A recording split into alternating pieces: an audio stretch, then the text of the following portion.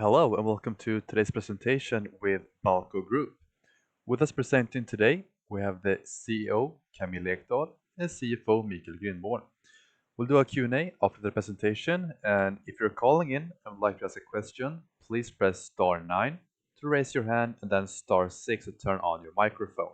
You can also use the form that is located to the right if you would like to type in your questions. And with that said, please go ahead with your presentation. Hello, welcome all to our presentation. First of all, for all new listeners, just a very short snapshot of Balco Group. Balco Group was founded in 1987 and consists of several balcony and facade companies. We have the head office in Växjö. We are working in two main segments, renovation and new build, and our core expertise is to supply glazed balconies and balcony solutions primarily for the renovation market and to tenant-owned associations. We are the market leader in the balcony business in the Nordics, but we also have a strong challenger position on other European markets. And over to the highlights for Q3. We actually more than doubled our order intake. The order intake increased by 111% to 285 million SEK versus 135 previous year. And here actually the organic order intake was 49% higher than previous year. The net sales increased by 31% to 331 million SEK versus 253. Here the increase comes from the acquisitions we made earlier this year. In January, we acquired the Finnish glazing company Riikku Group, and they have earlier been focusing on the new building segment, and they also have had subsidiaries in Finland, Sweden, and Norway. And as we announced and presented in our press release previous week, we will now make some structural changes and also some just for developing the business and also for some smaller cost savings by closing down their subsidiaries. And this means that we in Finland will integrate their subsidiary Koodi, which have been working more mainly with the renovation projects.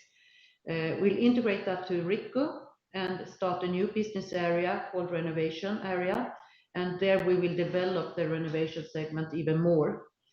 Of course, also Riikku will continue to work with new building segment. In Sweden, their subsidiary Riikku Sverige will be integrated to RK-Teknik. RK-Teknik has been part of Balco Group since 2021, and RK has both historical and also now very good partnership with builders, especially in the renovation segment. Now when we added Riikku more closer together with RK-Teknik, RK can broaden the offer to the builders for renovation projects, but we will also together have a very good combination and a very good strength on the offer to the new building segment for the building here in Sweden. In Norway, they had a subsidiary called Glassy, and that is now sold to the minority owners. And then we come to this with that we have also a new innovative solution. As I have said to you several times before, all glazings are giving energy savings, and doing a glazing with a Balco, you can get up to 30% energy savings. And these have been a trigger all the time for us to integrate energy saving solutions, more energy saving solutions in our projects.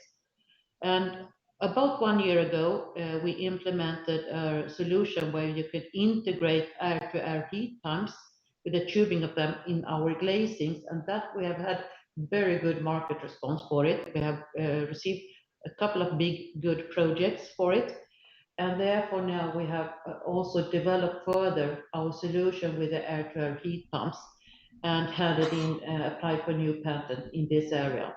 So we continue to be a turnkey supplier within the green transformation. Yes, going to the market update. We are noticing an increase in the activities, but we should of course remember that it is from a low level. But this is especially for our balcony companies working with the renovation. Here we can see that during the quarter, Balco AB received a major turnkey project in Borås, with a value of about 60 million SEK, where we will supply glazed balconies together with facade works, drainage, and we will also upgrade the green areas around. We can, however, see that some of our companies are exposed for greater price pressure. This is especially valid for our facade companies in Sweden.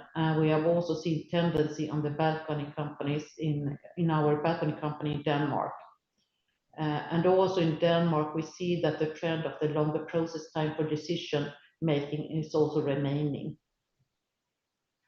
I'm very glad to say that our newly acquired Finnish company, Suomen Uusilavyasennus, has received several major projects during the quarter and the first week after.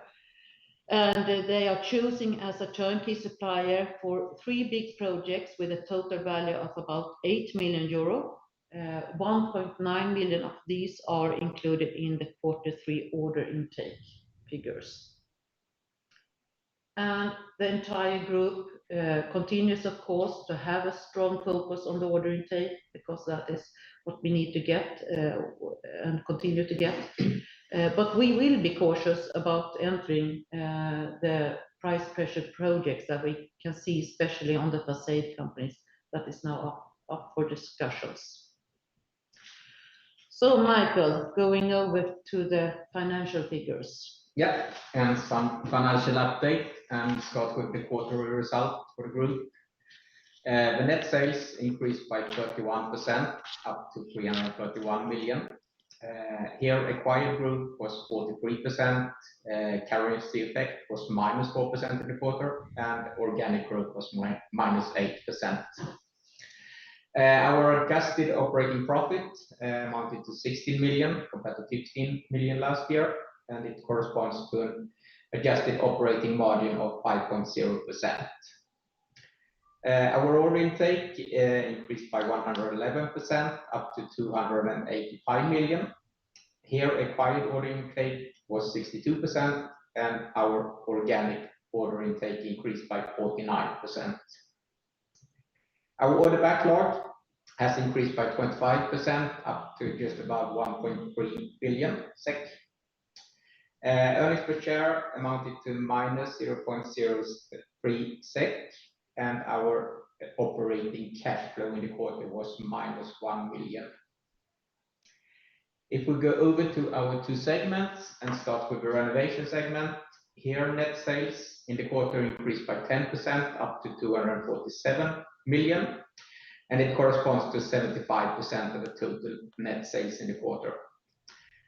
Order intake for renovation segment more than tripled, up to 250 million, and it corresponds to 88% of the total order intake. Adjusted operating profit for the renovation segment amounted to 15 million, and it corresponds to an adjusted operating margin of 6.0%. Order backlog has increased by 15% to just about 1 billion, and it corresponds to 78% of the total order backlog. And go over to our smaller segment, the new build segment. Here, net sales in the quarter almost tripled, up to 84 million, and it corresponds to 25% of the total net sales, and all increase more or less is coming from the acquisitions we have made, mostly from the Rico Group. Order intake in the quarter amounted to 35 million. Here it's down from 53 million last year. And the reason behind this is that we last year received a big order in Ireland in this quarter, and this year the organic order intake for new build segment has been -8%. So the increase, otherwise we have the rest coming from the acquisition of Rico. Adjusted operating profit amounted to 3 million, and it corresponds to an adjusted operating margin of 3.8%. And the order backlog has increased by 75%, up to 294 million. So it's 22% of our total order backlog. And to have a look at our financial position, here at the end of the quarter, the group's equity amounted to 799 million, with an equity ratio of 49%. Our interest-bearing net debt, excluding leasing debt in relation to adjusted EBITDA pro forma, amounted to 2.8, and it's up from 1.1 last year. And we have a banking agreement for another 2 years with Danske Bank until October 2026, and it's a sustainability-linked revolving credit facility of 510 million, with an overdraft facility of 75 million. And back to you, Camilla. Yeah, acquisitions are an important part of Balco Group growth strategy, and we will of course have it like that also ahead. However, of course, as you understand, with the debt situation we are in and a little bit weaker result right now, we will be a little bit more cautious, but if something interesting comes up, of course, we will take that up to discussion also ahead.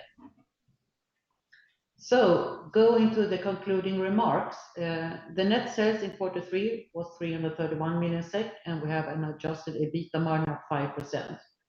And as we said several times, the order intake was really good increase. It increased, it more than doubled, so we are on 285 million SEK plus 111%.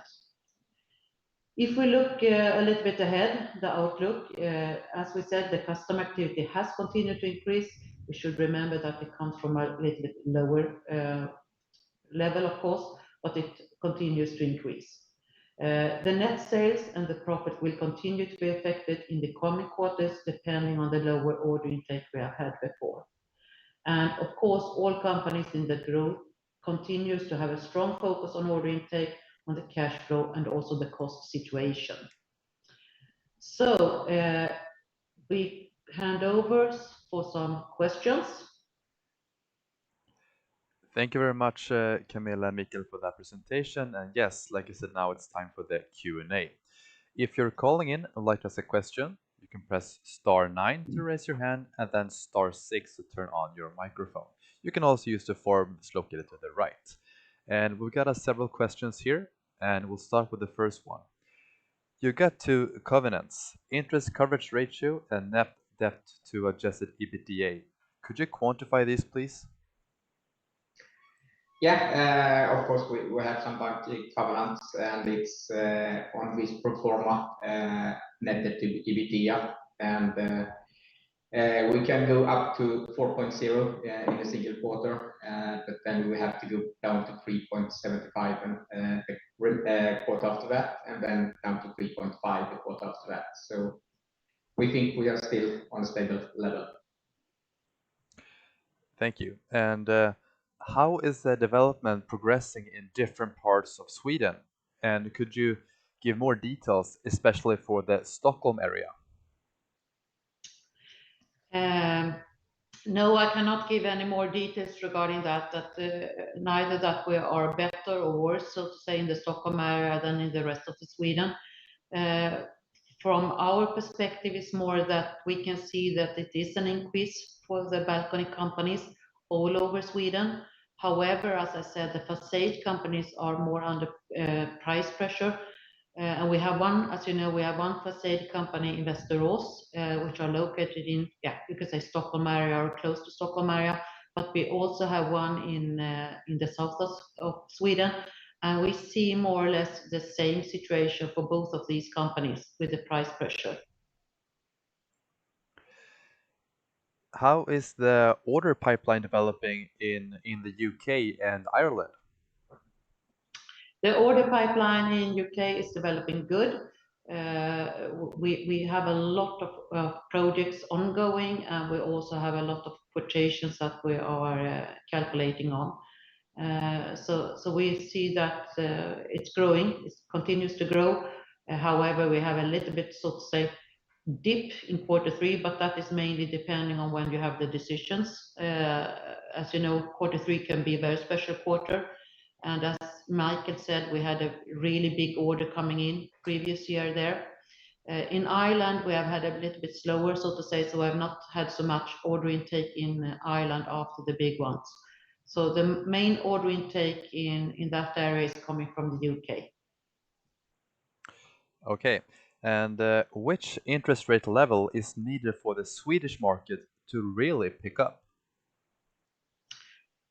I would say that we are more or less coming into that level, because now if you are looking on the longer interest rate, if you are taking, so to say, a loan of 2 to 5 years, then you can get a quite good interest rate level right now, and that you can see, so to say, it's going more or less, it's on the bottom right now, so it is really right time.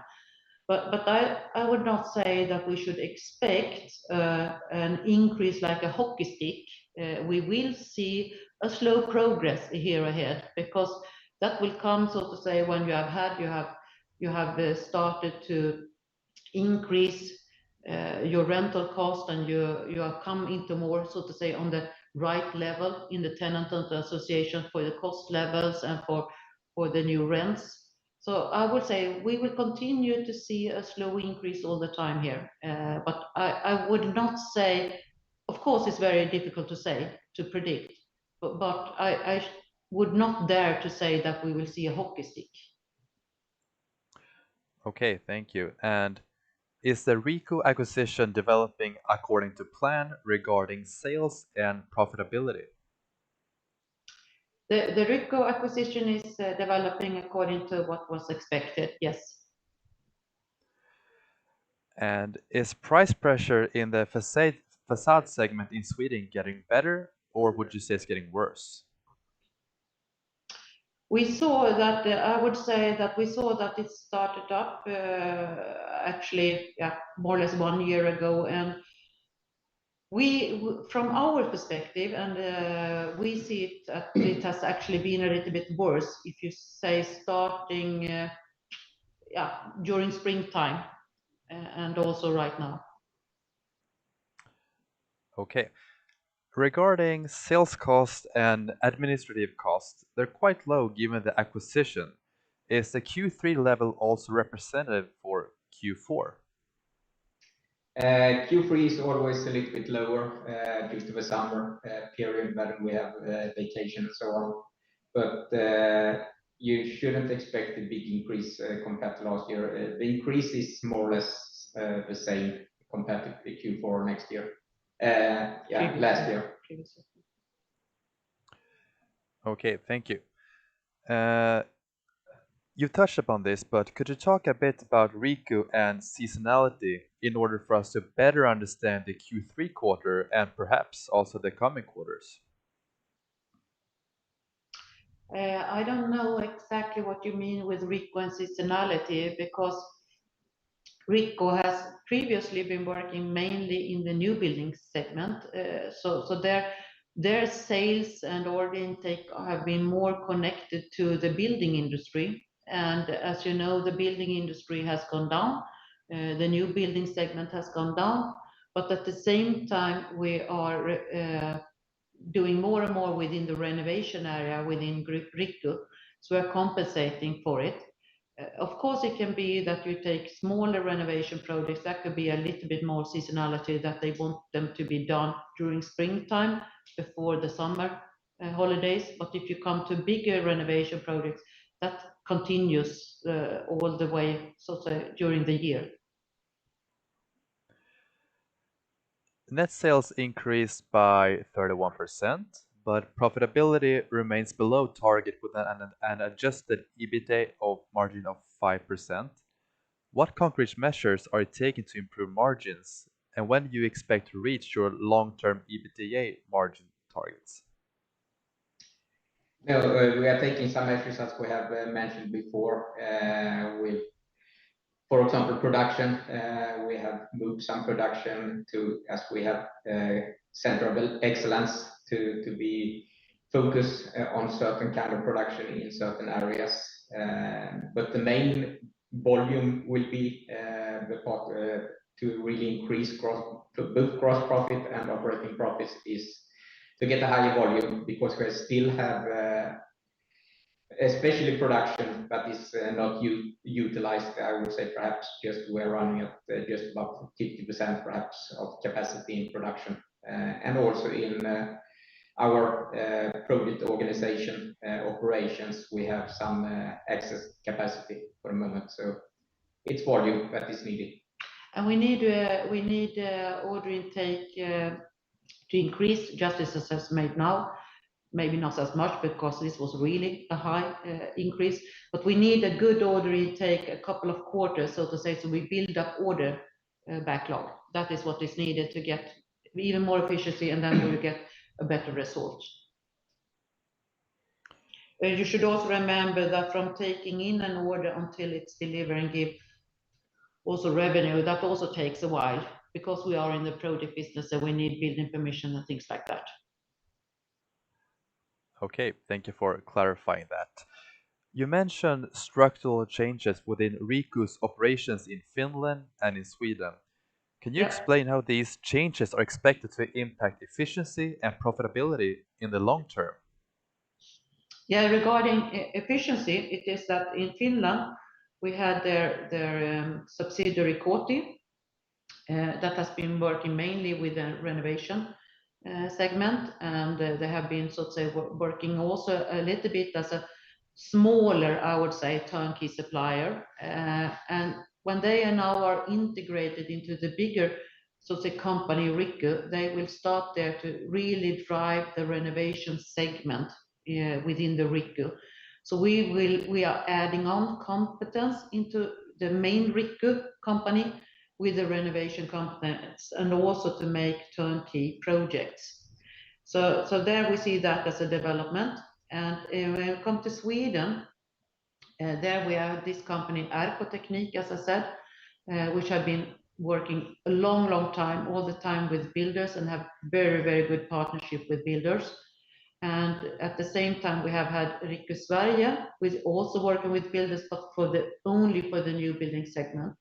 Adding these two together, we strengthen both Teknik when they talk to the renovation projects, getting in the competence from the Riku glazings, and at the same time, these two together will also be a very good offer to the new building area for builders. So we are really, we see really now that these structural things will give a better, so to say, effect on the market. We will have a stronger offer to the market and also more focus areas. When we come, as I said, when we come to the result effect, of course, the result will come from where we see the business development as so.